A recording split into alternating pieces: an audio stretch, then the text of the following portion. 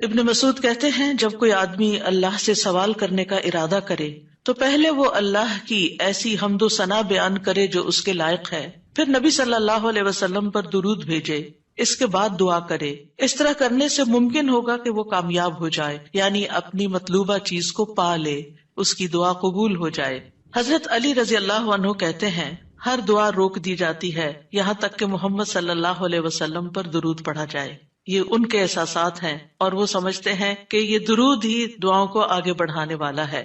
مناوی کہتے ہیں کل دعاء محجوب، یعنی ہر دعا سے قبولیت روک دی جاتی ہے یہاں تک کہ دعا کرنے والا نبی صلی اللہ علیہ وسلم پر درود پڑھتا ہے، یعنی دعا اللہ کی طرف نہیں اٹھتی یہاں تک کہ اس کے ساتھ نبی صلی اللہ علیہ وسلم پر درود کو نہ ملایا جائے، کیونکہ درود دعا کی قبولیت کا وسیلہ ہے۔ ہم نے دعا کی اہمیت اور آداب میں پڑھا تھا کہ کچھ وسیلے ایسے ہیں جو جائز ہیں اور کچھ وسیلے ایسے ہیں جو درست نہیں ہیں۔ تو جائز وسیلوں میں سے ایک وسیلہ کیا ہے کہ ہم درود پڑھیں تاکہ ہماری دعا آگے بڑھے۔ دعا میں درود کی وجہ سے اللہ سبحانہ وتعالی ہماری ساری ضروریات کے لیے کافی ہو جاتا ہے۔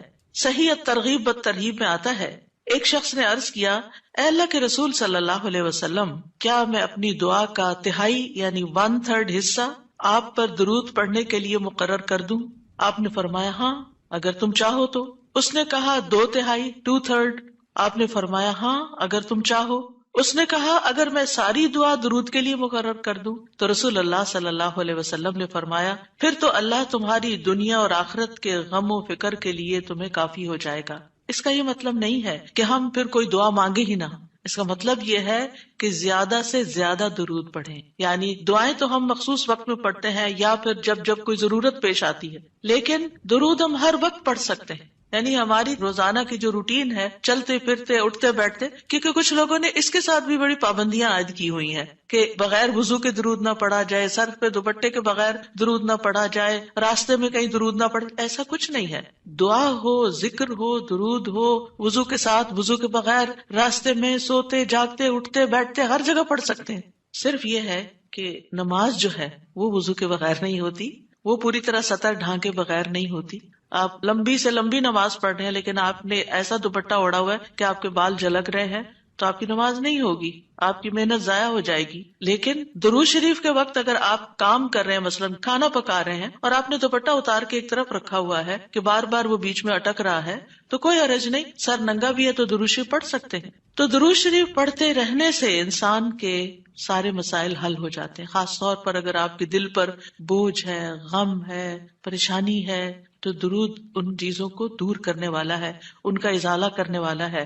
یہ دنیا اور آخرت کی خیر کو جمع کرنے والا ہے، کیونکہ اللہ تعالیٰ جس کو غم اور فکر میں کافی ہو جائے تو ایسا شخص دنیا اور آخرت دونوں کی پریشانیوں سے نکل جائے گا، کیونکہ نبی صلی اللہ علیہ وسلم نے درود کی فضیلت کیا بتائی کہ پھر اللہ تعالیٰ اس کو دنیا اور آخرت کے ہم و غم کے لیے کافی ہو جائے گا، یعنی پھر سارے معاملات آپ کے اللہ کے سپرد ہو جائیں گے۔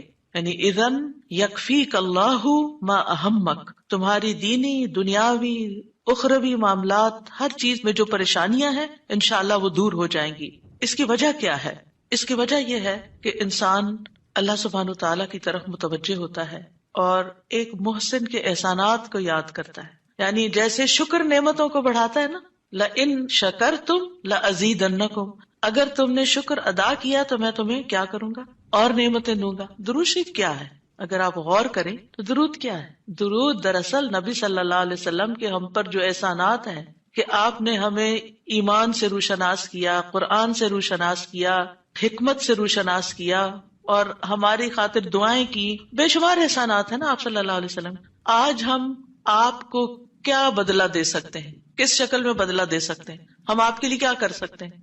ہمارے والدین ہمارے ساتھ احسان کرتے ہیں تو ہم ان کی خدمت کرتے ہیں، ہم ان کو کچھ پکا کے دے دیتے ہیں، ہم ان کو کچھ کھلا دیتے ہیں، ہم ان کو کچھ گفٹ دے دیتے ہیں، یعنی مختلف طریقے سے ماں باپ کو خوش کرنے کی کوشش کرتے ہیں، چاہے انہیں ضرورت ہو یا نہ ہو۔ ہم سب ایسے ہی کرتے ہیں نا، یعنی ہم یہ تھوڑی دیکھتے ہیں کہ ان کو اس وقت ہمارے لاڈ پیار کی ضرورت ہے یا نہیں ہے، وہ دکھی ہیں، پریشان ہیں یا نہیں ہے۔ ہم اپنی محبت کا اظہار کسی نہ کسی شکل میں کرتے رہتے ہیں۔ وہ فوت ہو جاتے ہیں تو پھر کیا کرتے ہیں؟ پھر ان کو وزٹ نہیں کر سکتے، ان کو دیکھ نہیں سکتے، ان کو کچھ دے نہیں سکتے، انہیں کچھ کھلا پلا نہیں سکتے، پھر ہم ان کے لیے بس صرف دعائیں کرتے ہیں یا صدقہ خیرات کر دیتے ہیں. یہی چیزیں ان کو فائدہ دیتی ہیں. نبی صلی اللہ علیہ وسلم کے احسانات ہم پر سب انسانوں سے زیادہ ہیں، ہمارے ماں باپ سے بھی زیادہ ہیں ہم پر. اگر ہم سیرہ پڑھیں اور دیکھیں کہ آپ نے کتنے دکھ اٹھائے، کتنے غم اٹھائے، کتنی پریشانیوں سے گزرے، تو حیران ہو جاتا ہے انسان کہ اتنی بھی سچی خیر خواہی کسی انسان کے اندر ہو سکتی. النبی اولی بالمؤمنین من انفسہم، نبی تو تم سے بھی زیادہ تمہارے لیے مہربان ہے. یعنی ہم اپنی جانوں کے بارے میں اتنے فکر مند نہیں ہوتے، ہم اپنے آپ کو خود جہنم کی آگ سے بچانے کے لیے وہ فکر نہیں کرتے جتنی فکر ہمارے نبی صلی اللہ علیہ وسلم نے ہمارے لیے کی. تو ان کے احسانات کا بدلہ کیسے دیں گے ہم ان کے لیے کیا کریں گے؟ ہم ان کے لیے درود پڑھیں گے. تو یہ درود کا پڑھنا، آپ کے احسانات کا بدلہ تو ہم کہاں سے دے سکتے ہیں، لیکن اس کے جواب میں ایک شکریہ ادا کرنے کا انداز ہے، ان کی مہربانیوں کو اکنالج کرتے ہیں. کیونکہ جو شکر گزار انسان ہوتا ہے وہ دنیا میں بھی مطمئن ہوتا ہے، اس کی ایک فلفلمنٹ ہوتی ہے، اور پھر یہ ہے کہ اس کے آگے کے مرحلے بھی آسان ہوتے. وہ جس کے ساتھ بھی شکر گزاری کا معاملہ کرتا ہے، عام انسانوں کے ساتھ بھی، تو وہ ان کا محبوب بن جاتا ہے. تو جب ہم اللہ تعالیٰ کا شکر ادا کرتے ہیں تو کیا ہم اللہ کے محبوب نہیں ہوں گے؟ جب ہم رسول اللہ صلی اللہ علیہ وسلم کا شکریہ ادا کرتے ہیں، اور شکریہ ادا کرنا صرف زبان سے تھینک یو کہنا نہیں ہوتا، وہ مختلف طریقے سے کسی کو دعا دینا بھی. یعنی اگر ہم کسی کے احسان کا بدلہ صرف دعا کی شکل میں بھی دیتے ہیں تو یہ بھی شکریہ ادا کرنے کی بہت بڑی قسم ہے، اور پلٹ کر واپس تو اپنے اوپر ہی آتا ہے. یعنی جب شکر کسی کا ادا کرتے ہیں، جب کسی کے احسان مند ہوتے ہیں، ایک ہوتا ہے بس صرف تکلفاً رسماً ایک فیشن کے طور پہ، ایک روٹین کے طور پر کسی کو تھینک یو بول دینا، نہیں، دل سے جینوئنلی دوسرے کا شکر گزار ہونا، یہ اس کے دل میں آپ کی محبت بڑھاتا ہے. اس میں آپ کی نیت یہ نہیں ہوتی کہ وہ مجھ سے محبت کرے، نہیں، آپ اس کو اکنالج کر رہے ہوتے ہیں، اس کا احسان مان رہے ہوتے ہیں، اور اللہ تعالیٰ اس کے دل میں آپ کی محبت ڈال دیتا ہے. اور جو ناشکرے انسان ہوتے ہیں، جو ناقدرے ہوتے ہیں، سب سے پہلے تو ہم اللہ ہی کے حق میں ناقدرے، وما قدر اللہ حق قدری، ہم نے اللہ کی قدر ہی نہیں کی جیسا قدر کرنے کا حق ہے. ہم نے نبی صلی اللہ علیہ وسلم کی قدر ہی نہیں کی جیسا کہ قدر کرنے کا حق ہے. تو ہماری یہ تسبیحات اور ہمارا یہ درود شریف اس قدر کی طرف بڑھنے کا ایک چھوٹا سا جسچر ہے کہ ہم واقعی اس بات کو مانتے ہیں کہ ان کے ہم پر احسانات تھے. لہٰذا جب ہم درود پڑھتے ہیں تو اس کا مطلب یہ ہے کہ ہم نے باقی چیزیں چھوڑی اور ہم آپ کا حق ادا کرنے کی طرف متوجہ ہو گئے. تو یہ چیز اللہ تعالیٰ کو کتنی پسند آتی ہوگی کہ یہ اپنے لیے کچھ نہیں مانگ رہا، اپنے لیے نہیں کچھ مانگ رہا، اپنی باتیں نہیں کر رہا، یہ اپنے غموں کو بھول کے، اپنے کاموں کو چھوڑ کے صرف نبی صلی اللہ علیہ وسلم پر درود بھیج رہا، یعنی ان کا احسان مان کر ان کا شکریہ ادا کرتے ہوئے ان کے لیے دعا کر رہا ہے. نبی صلی اللہ علیہ وسلم اللہ تعالیٰ کے محبوب ہیں، سب سے بہترین بندے ہیں، سب سے بہترین نبی ہیں. اللہ تعالیٰ ان سے محبت کرتا ہے. اللہ تعالیٰ فرماتے ہیں قل ان کنتم تحبون اللہ فاتبعونی یحببکم اللہ، کہہ دیجیے اگر تم اللہ سے محبت کرتے ہو میری اتباع کرو، اللہ تم سے محبت کرے گا. تو نبی صلی اللہ علیہ وسلم کی اتباع ہو، آپ کی سنتوں پر عمل کرنا ہو، آپ پر درود پڑھنا ہو، یہ سب کس میں اضافہ کرتا ہے؟ اللہ کی محبت بندے کو ملتی ہے. یحببکم اللہ، اللہ تم سے محبت کرے گا. اور اللہ تعالیٰ جس سے محبت کرے پھر اس کی تو بات ہی کیا، سیجعل لہم الرحمن ودا، اس کے مسائل کیسے حل نہیں ہوں گے؟ اس کے مسائل ضرور حل ہوں گے، اس کے غم دور ہوں گے، اس کی پریشانیاں دور ہوں گی. لہٰذا جب ہم اس سٹیٹ میں آ جاتے ہیں تو پھر آپ دیکھیں کہ یہ درجہ اس سے بھی بڑھ جاتا ہے جو ہم اپنے لیے خود کچھ مانگ رہے ہوتے ہیں نا. کیونکہ جب آپ کو کسی سے محبت ہوتی ہے تو آپ اس کے لیے کچھ بھی کرنے کو تیار ہوتے ہیں. یہ تو انسان کا حال ہے، انسان کی محبت ہے نا. تو جس انسان سے اللہ کو محبت ہو پھر اس کے مسئلے کیسے حل نہیں ہوں گے؟ اللہ سبحانہ و تعالیٰ اس کے لیے بہترین چیزیں کیوں نہیں کریں گے؟ تو اس طرح یہ درود جو ہے وہ دعا سے بھی بازی لے جاتا ہے کہ انسان اللہ کی محبت حاصل کر لیتا ہے، اور اس کے نتیجے میں دعائیں قبول ہوتی ہیں، اور اللہ تعالیٰ کی طرف سے رحمتیں آتی ہیں، درجے بلند ہوتے ہیں، گناہ معاف ہوتے ہیں. لیکن اس کا یہ مطلب ہرگز نہیں کہ آپ باقی دعائیں نہ مانگیں، کیونکہ خود نبی صلی اللہ علیہ وسلم نے ساری دعائیں مانگی ہیں. یہ جو ہم آپ کو جتنی بھی دعائیں سکھا رہے ہیں یہ مسنون دعائیں ہیں، ان کو دعا سمجھ کے پڑھیں اور اس کو ریپیٹڈلی پڑھیں، کیونکہ دعا میں تکرار بھی ضروری ہے. ہم آداب میں پڑھ چکے ہیں، اصرار ضروری ہے، تکرار ضروری ہے، افتقار ضروری ہے. تو اپنی محتاجی، اپنی عاجزی، اپنی ہمبلنس کو ظاہر کرتے ہوئے اللہ تعالیٰ سے مانگتے رہیں. تو درود جو ہے اس کے بارے میں جو قرآن مجید میں آتا ہے، آیت دوبارہ سنتے ہیں، بے شک اللہ اور اس کے فرشتے نبی پر رحمت بھیجتے ہیں، اے لوگو جو ایمان لائے ہو تم بھی ان پر درود بھیجو اور خوب خوب سلام بھی بھیجتے رہا کرو۔ ان اللہ وملائکتہ یصلون علی النبی، اللہ سبحانہ وتعالی خود اور اس کے فرشتے نبی صلی اللہ علیہ وسلم پر درود بھیجتے ہیں۔ اللہ سبحانہ وتعالی درود بھیجتے ہیں، اس کا کیا مطلب ہے؟ یعنی اللہ سبحانہ وتعالی ملائے اعلیٰ میں، آسمانوں کی بلند مجلس میں اپنے بندے، اپنے نبی محمد صلی اللہ علیہ وسلم کی تعریف کرتے ہیں، ان کے بلند مرتبے اور ان کی بلند شان کی خبر دیتے ہیں۔ اللہ تعالیٰ ان کی خود تعریف کرتے ہیں، ثنا کرتے ہیں، آپ پر رحمتیں اور برکتیں نازل کرتے ہیں۔ اور فرشتے بھی درود بھیجتے ہیں، جیسے فرشتے تسبیح کرتے ہیں نا، اور جیسے کائنات کی باقی چیزیں سب اللہ کی حمد و ثنا کرتے ہیں، تو نبی صلی اللہ علیہ وسلم پر بھی فرشتے درود بھیجتے ہیں۔ اور ان کا درود بھیجنا کیا ہے کہ آپ کے لیے رحمت اور مغفرت اور بلندی درجات کی دعا، یعنی ایک تو فرشتے ایمان والوں کے لیے دعا کرتے ہیں، دوسرا یہ کہ فرشتے نبی صلی اللہ علیہ وسلم کے لیے خاص دعائیں کرتے ہیں۔ تو اگر اللہ تعالیٰ ان پہ درود بھیجتا ہے، ان پہ رحمتیں نازل کرتا ہے، فرشتے درود بھیجتے ہیں، تو پھر اہل ایمان کو کیا کرنا چاہیے؟ پہلے اللہ تعالیٰ اور فرشتوں کی بات کی گئی تاکہ ہمارے اندر بھی شوق پیدا ہو کہ ہم بھی درود بھیجیں۔ یا ایھا الذین آمنوا صلوا علیہ وسلموا تسلیما، اے ایمان والو تم بھی آپ پر خوب خوب درود اور سلام بھیجو، صلاۃ و سلام بھیجو۔ یعنی پہلے آسمان والوں کی خبر دی گئی کہ فرشتے ایسا کر رہے ہیں، پھر زمین والوں کو حکم دیا جا رہا ہے کہ تم بھی ایسا کرو۔ قرطبی کہتے ہیں اس آیت کے ذریعے اللہ نے اپنے رسول کو آپ کی زندگی میں، یعنی رسول اللہ صلی اللہ علیہ وسلم کی زندگی میں اور آپ کی وفات کے بعد آپ کو شرف و مرتبہ بخشا ہے، اور آپ کے مقام اور مرتبے کو بیان کیا ہے کہ آپ کا کیا مقام ہے، تاکہ ہم ایمان والے اس مقام کو سمجھیں۔ تو دوسرے لفظوں میں آپ صلی اللہ علیہ وسلم کے لیے اوپر کے جہان اور نیچے کے جہان میں تعریفیں ہوتی ہیں، یعنی ہم بھی آپ کی تعریف کرتے ہیں اور فرشتے بھی آپ کی تعریف کرتے ہیں، ہم بھی آپ کے لیے دعائیں کرتے ہیں، فرشتے بھی آپ کے لیے دعائیں کرتے ہیں، اور اللہ سبحانہ تعالیٰ ملائے اعلیٰ میں مقرب فرشتوں کے پاس اپنے نبی کی تعریف کرتے ہیں۔ آپ دیکھیں کہ دنیا میں طرح طرح کی مجالس ہوتی ہیں نا، کچھ مجالس بڑی خاص ہوتی ہیں، خاص لوگ صرف انوائٹڈ ہوتے ہیں، ہر کوئی نہیں وہاں جا سکتا۔ آسمانوں میں بھی خاص مجالس، اللہ سبحانہ وتعالیٰ کے جو خاص مقرب فرشتے ہیں جنہیں وہ حکم دیا گیا تھا کہ آدم کو سجدہ کرو، جن کے سامنے اللہ تعالیٰ نے یہ بات رکھی تھی کہ میں آدم کو پیدا کرنے جا رہا ہوں۔ یہ گیدرنگ جو ہے اس کو ملائے اعلیٰ کہتے ہیں، ملا کہتے ہیں سرداروں کو، اور اعلیٰ کہتے ہیں بلند سردار۔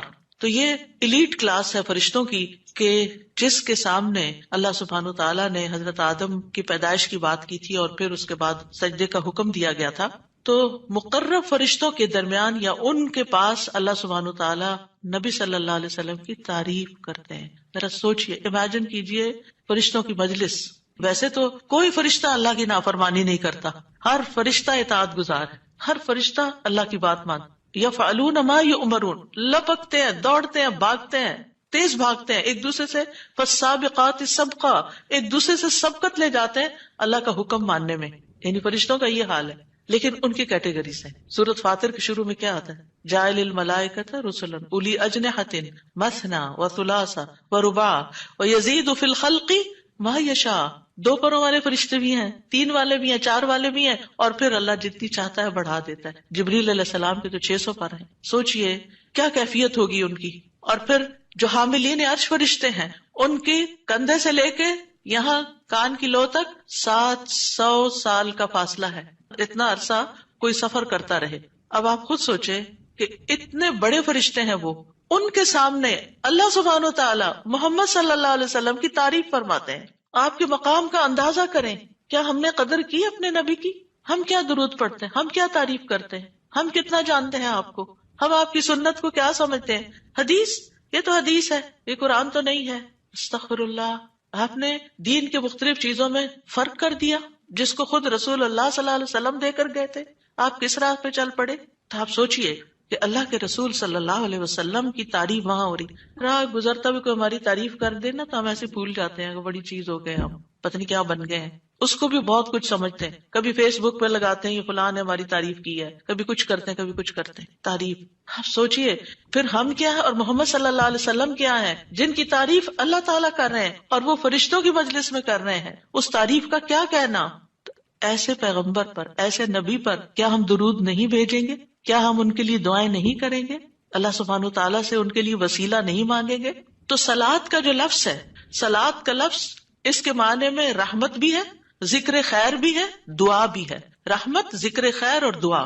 قاموس میں ہے الصلاۃ الدعاء والرحمت والاستغفار وحسن الثناء من اللہ عز وجل علی رسولہ صلی اللہ علیہ وسلم. صلاۃ سے مراد دعا، رحمت، استغفار اور اللہ عز وجل کی طرف سے اس کے رسول کی تعریف ہے.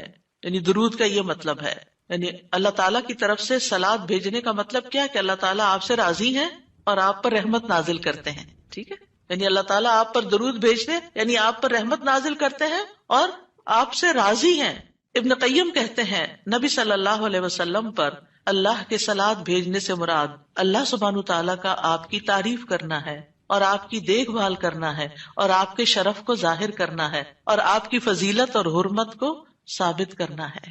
اور فرشتوں کے صلاۃ بھیجنے کا مطلب کہ وہ دعا کے معنی میں ہے کہ وہ نبی صلی اللہ علیہ وسلم کے لیے دعا مانگتے ہیں. اور یہ بھی ممکن ہے کہ وہ اللہ سبحانہ تعالیٰ کے ساتھ مل کر نبی صلی اللہ علیہ وسلم کی تعریف کرتے ہیں کہ فرشتے بھی آپ کی تعریف کرتے ہیں.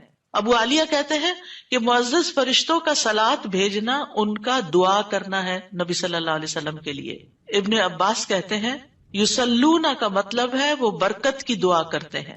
یہ سارے معنی میں اختلاف نہیں ہے، یہ مختلف طریقے سے صلاۃ کے لفظ کو واضح کیا گیا، کیونکہ عام طور پر ہمیں لفظ درود کا بھی مطلب کوئی نہیں آتا ہوتا. یعنی کہ اگر کسی سے پوچھے درود کیا ہوتا ہے، کچھ پتا نہیں، بس ہوتا ہے درود. تو عربی میں درود نہیں کہتے، یہ فارسی کا لفظ ہے. عربی میں صلاۃ کہتے ہیں اور صلاۃ میں یہ سارے معنی آ جاتے ہیں جو میں عرض کر رہی ہوں. اور امت کو کیا حکم ہے کہ وہ آپ کے لیے دعا بھی کریں اور آپ کے حکم کی تعظیم بھی کریں. آپ کے حکم کو، جو نبی صلی اللہ علیہ وسلم کا حکم ہے، اس کو سب کے حکم پر فوقیت دیں، اس کو بڑا سمجھیں. ایک طرف ماں باپ کا حکم، ایک طرف رسول اللہ صلی اللہ علیہ وسلم کا حکم. اگرچہ اللہ سبحانہ تعالیٰ نے ہمیں ماں باپ کے ساتھ احسان کا حکم دیا ہے، ان کی بات ماننے کے لیے بھی کہا ہے، لیکن ان کے مقابلے میں اگر رسول اللہ صلی اللہ علیہ وسلم آ جاتے ہیں تو پھر ہمیں رسول اللہ صلی اللہ علیہ وسلم کی بات کو فوقیت دینی ہے، ترجیح دینی ہے، اہمیت دینی ہے. کیونکہ وہ شخص مومن ہی نہیں ہو سکتا جس کو نبی صلی اللہ علیہ وسلم اس کے والدین، اولاد اور سب انسانوں سے زیادہ محبوب نہ ہو جائیں. یہ ایمان کا کرائیٹیریا ہے. سارے انسانوں، چاہے کوئی کتنے بڑے بڑے اسکالرز ہوں، سائنٹسٹ ہوں، ریسرچرز ہوں، چاند پہ جانے والے لوگ ہوں، جو مرضی ہوں، جہاں رسول اللہ صلی اللہ علیہ وسلم کی بات آ گئی، یہ بات سچی ہے. صدق اللہ و رسولہ، اللہ اور اس کے رسول نے سچ کہا ہے. صحیح اوتھینٹک حدیث سامنے آ گئی ہے، ایسا ہی کرنا چاہیے. ریسرچز کہتی ہیں شہد نہ کھایا جائے کیونکہ اس میں بہت سویٹنس ہے. نہیں، قرآن کہتا ہے کہ شہد میں شفا ہے. نبی صلی اللہ علیہ وسلم نے تجربہ کروایا تھا ایک شخص کو، وہ شہد سے پہلے بیمار ہوا تھا اور پھر اسی سے ہی وہ ٹھیک ہوا تھا جس کا پیٹ خراب ہوا تھا. ہمارا یقین ہے اگر شہد خالص ہے، شہد شہد ہے، کچھ اور نہیں، تو پھر اسی میں ہی شفا ہے. یہ ہو نہیں سکتا کہ جو بات قرآن کہہ دے اور جو بات نبی صلی اللہ علیہ وسلم کہہ دے پھر اس میں کوئی شک باقی رہے. کوئی شک نہیں. ہمیں اس شک کو دل سے نکالنا ہے. دو چیزیں ایمان میں خلل ڈالتی ہیں، شبہات اور شہوات. کیونکہ جب ہمارے اندر ڈاؤٹس آ جاتے ہیں نا کسی چیز کے بارے میں، تو پھر ہمارا یقین اٹھ جاتا ہے، پھر ہمارا عمل کمزور ہو جاتا ہے. اور اسی طرح جب ہماری خواہشات آگے آ جاتی ہیں تو پھر ہم لیزی ہو جاتے ہیں، ہم اپنی مرضی پسند کے محبوب کام کرنے لگتے ہیں اور دوسرے کاموں کو پیچھے کر دیتے ہیں، چاہے وہ ہمارے لیے زیادہ فائدے کی کیوں نہ ہو. ابن قیم کہتے ہیں ہمارا آپ پر صلاۃ بھیجنا یہ ہے کہ ہم اللہ تعالیٰ سے مطالبہ کرتے ہیں، ہم اللہ تعالیٰ سے دعا کرتے ہیں، اللہم، کہ اے اللہ ہمارے نبی کی اور بھی زیادہ تعریف کریں اور آپ کی فضیلت اور شرف کو ظاہر کریں اور آپ کی تکریم اور اپنی قربت کا آپ ان کے لیے اظہار کریں. یعنی اے اللہ تعالیٰ آپ ان کو اور زیادہ محبوب بنا لیں، اور زیادہ ان کو عزت دیں، اور زیادہ ان کے درجے بلند کریں. اور یہ سچے دل سے تو دعا اسی کی ہوگی نا جو نبی صلی اللہ علیہ وسلم سے محبت کرتا ہوگا اور آپ کی اہمیت کو جانتا ہوگا. ان لوگوں کا درود کیا درود ہوگا جو نبی صلی اللہ علیہ وسلم کو وہ عزت اور مقام دیتے ہی نہیں جو واقعی ان کا ہے. کیونکہ جب تک کسی سے محبت نہ ہو تو اس کے لیے اس درجے کی دعا بھی نہیں ہو سکتی. چاہے دن میں کوئی 10 دفعہ آپ سے کہنے میرے لیے دعا کرو، آپ کریں گے، لیکن اس پیار سے وہ دعا نہیں نکلے گی جس پیار سے وہ دعا نکلے گی جس سے آپ کے لیے محبت. وہ نہ بھی کہ تو آپ اس کے لیے دعائیں کرتے رہتے ہیں. اور پھر یہاں پر اس آیت میں صرف صلاۃ کی بات نہیں بلکہ کیا فرمایا؟ وَسَلِّمُوا تَسْلِيمًا. سلموا، آپ کو سلام کا تحفہ بھی دیں. صرف صلاۃ نہیں بلکہ سلام بھی کریں.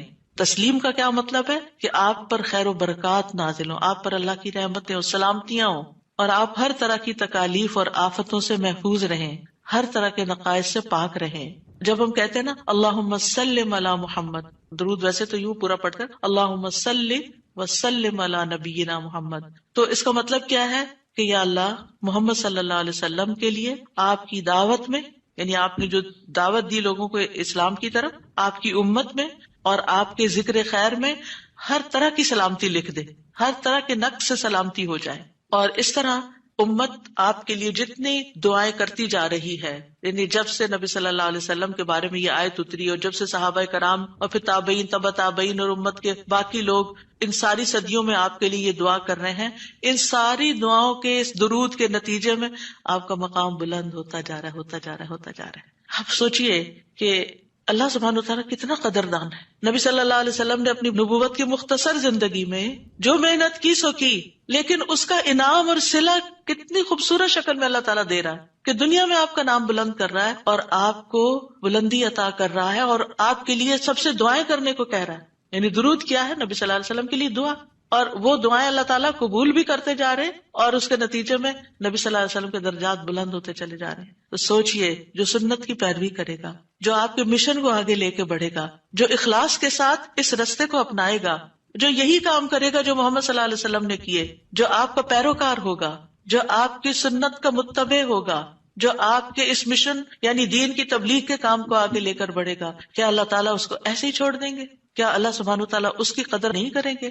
ہم سب انسان کسی نہ کسی طرح دنیا میں بلندی چاہتے ہیں، کوئی ڈگری کے ذریعے، کوئی مال کے ذریعے، کوئی کسی ذریعے دوسروں سے آگے نکلنا چاہتا ہے، بلند مرتبہ ہونا چاہتا ہے، لیکن اس راستے کو چھوڑ دیتے ہیں کیونکہ اس راستے کو بظاہر یوں لگتا ہے کہ اس سے کیا ملے گا، ہمیں اس سے کون سی بلندی مل جائے گی، اور اس طرح ہم نبی صلی اللہ علیہ وسلم کے طریقہ کار کو چھوڑ کر اور طریقوں کو اختیار کرنے لگتے ہیں. ہم سمجھتے ہیں شاید اس میں زیادہ خیر ہے یا اس سے ہمیں زیادہ بھلائی یا کوئی بڑائی مل جائے گی. نہیں، اصل بات یہ ہے کہ ہمیں جو عزت یہ دین دے سکتا ہے، جو مرتبوں کی بلندی، جو اللہ کی رحمتیں، جو خیر اور لازوال نعمتیں جنہیں کبھی ختم نہیں ہونا، جو اس راستے سے مل سکتی ہیں، وہ دنیا میں کوئی اور راستہ ہے ہی نہیں ان سب نعمتوں کو پانے کا.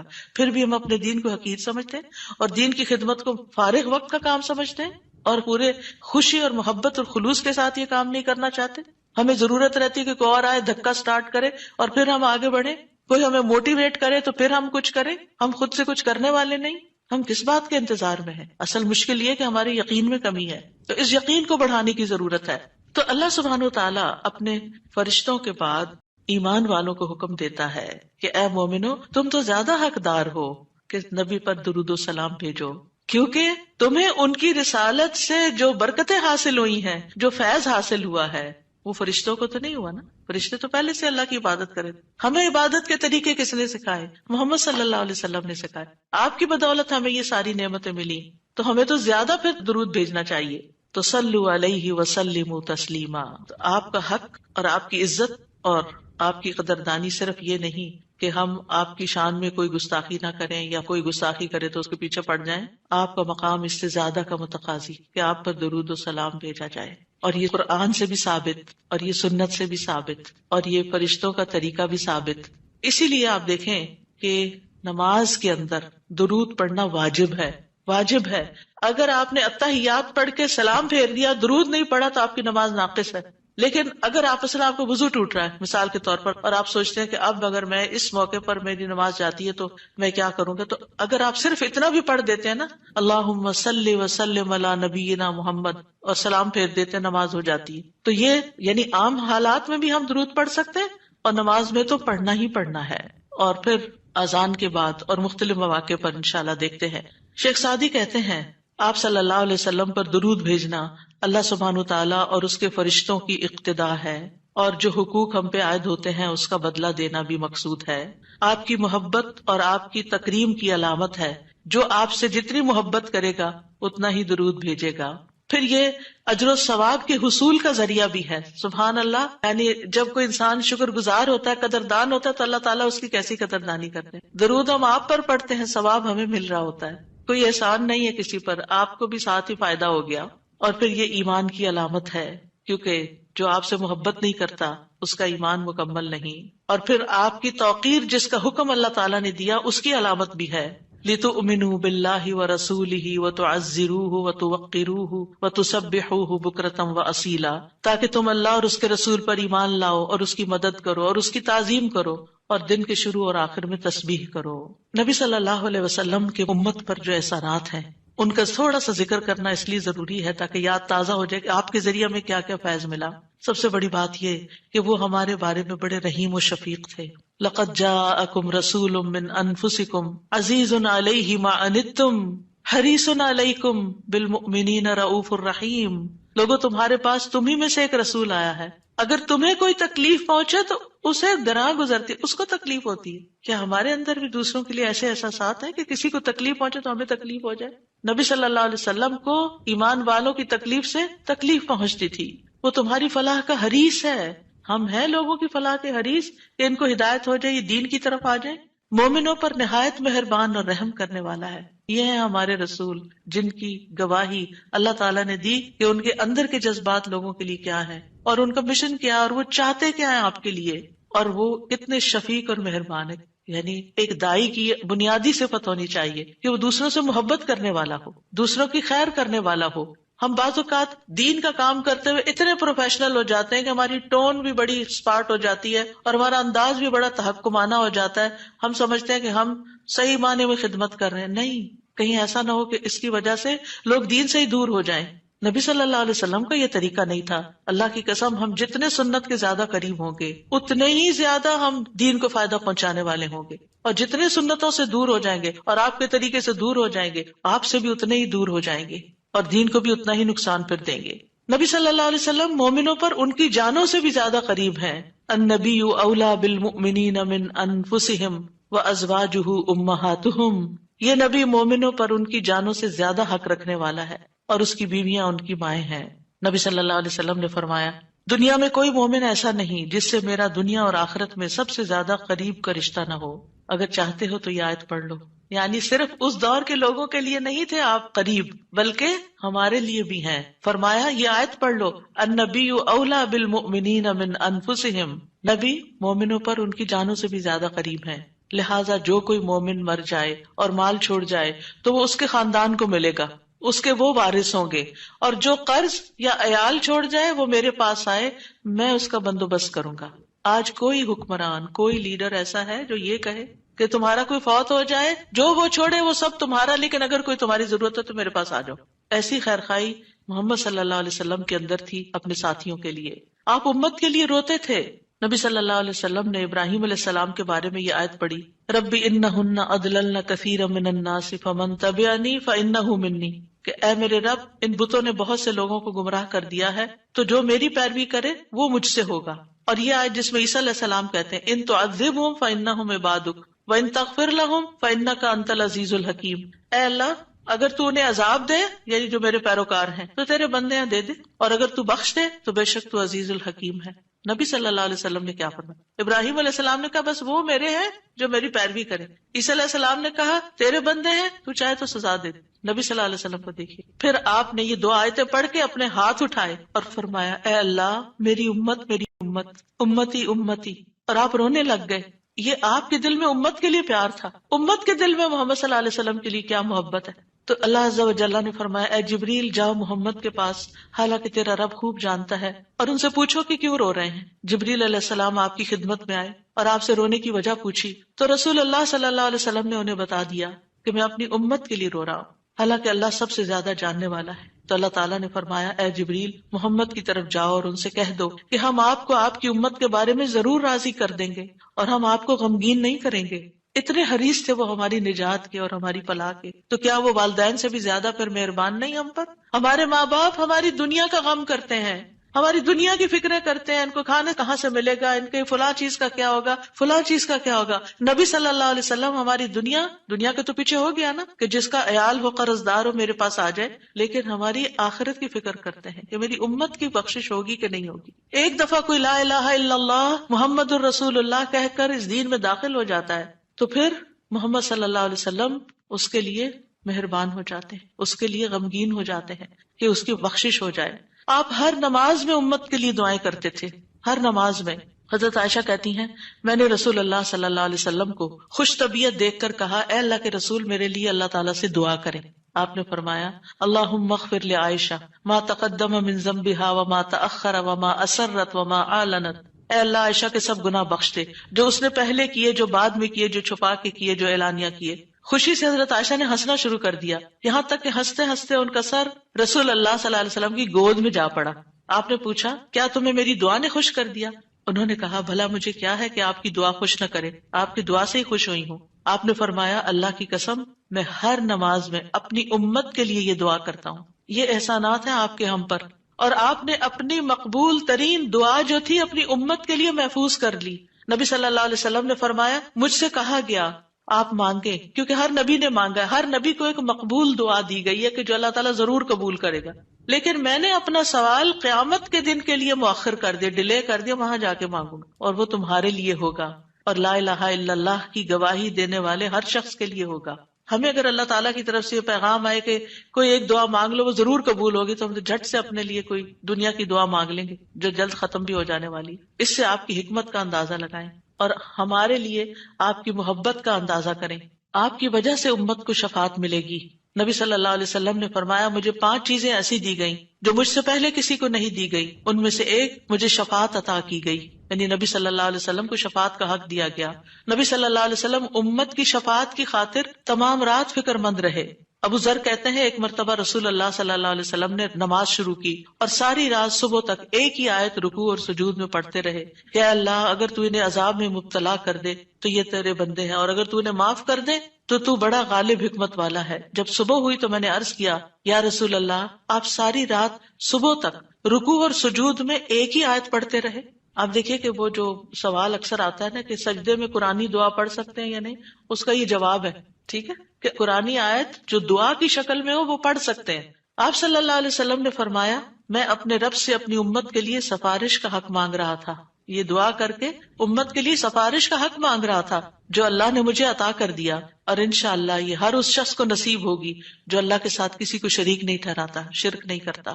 ابن عباس کہتے ہیں رسول اللہ صلی اللہ علیہ وسلم نے فرمایا اللہ نے میرے لیے میری امت کی غلطی اور بھول چوک اور جس پر ان کو مجبور کر دیا جائے اس سے درگزر فرمایا ہے، اور یہ بھی آپ کا ایک احسان ہے ہم پر. نبی صلی اللہ علیہ وسلم نے اپنی امت کو مشقت میں نہیں ڈالا، بس وہ کام سکھائے جو وہ کر سکتے تھے آسانی سے. آپ صلی اللہ علیہ وسلم نے فرمایا اگر میری امت پر مشقت نہ ہوتی تو میں انہیں ہر نماز کے وقت وضو کرنے کا حکم دیتا، یعنی چاہے وضو ہوتا پھر بھی دوبارہ حکم دیتا، لیکن اگر وضو ہے تو دوبارہ نہ بھی کرو. یہ آسانی دی آپ نے. آپ اپنی امتیوں کو آگ سے بچانے کی شدید حرص رکھتے تھے. نبی صلی اللہ علیہ وسلم نے ایک مرتبہ فرمایا میری مثال اور لوگوں کی مثال اس شخص کی طرح ہے جس نے آگ روشن کی، جب اس کے چاروں طرف روشنی پھیل گئی تو پروانے اور کیڑے مکوڑے جو آگ پہ گرتے ہیں اس میں گرنے لگے. وہ آدمی ان کو آگ سے دور کرتا ہے لیکن وہ اس کے قابو میں نہیں آتے بلکہ آگ میں داخل ہو جاتے ہیں. اسی طرح میں تمہاری کمروں سے پکڑ پکڑ کر تمہیں آگ سے روکتا ہوں اور تم اس میں گرتے جاتے ہو، یعنی میں تمہیں روکتا ہوں کہ وہ غلط کام نہیں کرو کہ جو آگ کی طرف لے جانے والے ہیں، اور تم رک نہیں رہے. اسی طرح آپ صلی اللہ علیہ وسلم نے اپنے بعد آنے والے امتیوں کے لیے بھی محبت کا اظہار کیا ہے. حدیث میں آتا ہے آپ نے فرمایا کاش میں اپنے بھائیوں سے مل پاتا. نبی صلی اللہ علیہ وسلم کے صحابہ نے عرض کیا کیا ہم آپ کے بھائی نہیں؟ آپ نے فرمایا تم میرے صحابہ ہو. میرے بھائی وہ لوگ ہیں جو مجھ پر ایمان لائے ہوں گے لیکن میری زیارت نہ کر سکے ہوں گے، یعنی آپ کے بعد دنیا میں آئے ہیں. پھر یہ ہے کہ درود شریف پڑھنے کے فائدے کیا ہیں. یہ تو تھا کہ آپ کے احسانات ہیں ہم پر، لہٰذا ہمیں انسان ہونے کی حیثیت سے ہمارے اوپر لازم ہے کہ احسان کا بدلہ چکائیں اور ہم آپ پر درود پڑھیں. لیکن ویسے فائدے کیا ہیں؟ ایک بار درود بھیجنے پر 10 رحمتیں ملتی ہیں، صحیح مسلم کی روایت میں آتا ہے. سنن نسائی میں آتا ہے جو شخص مجھ پر 1 مرتبہ درود بھیجے گا اللہ اس پر 10 مرتبہ رحمتیں نازل کرے گا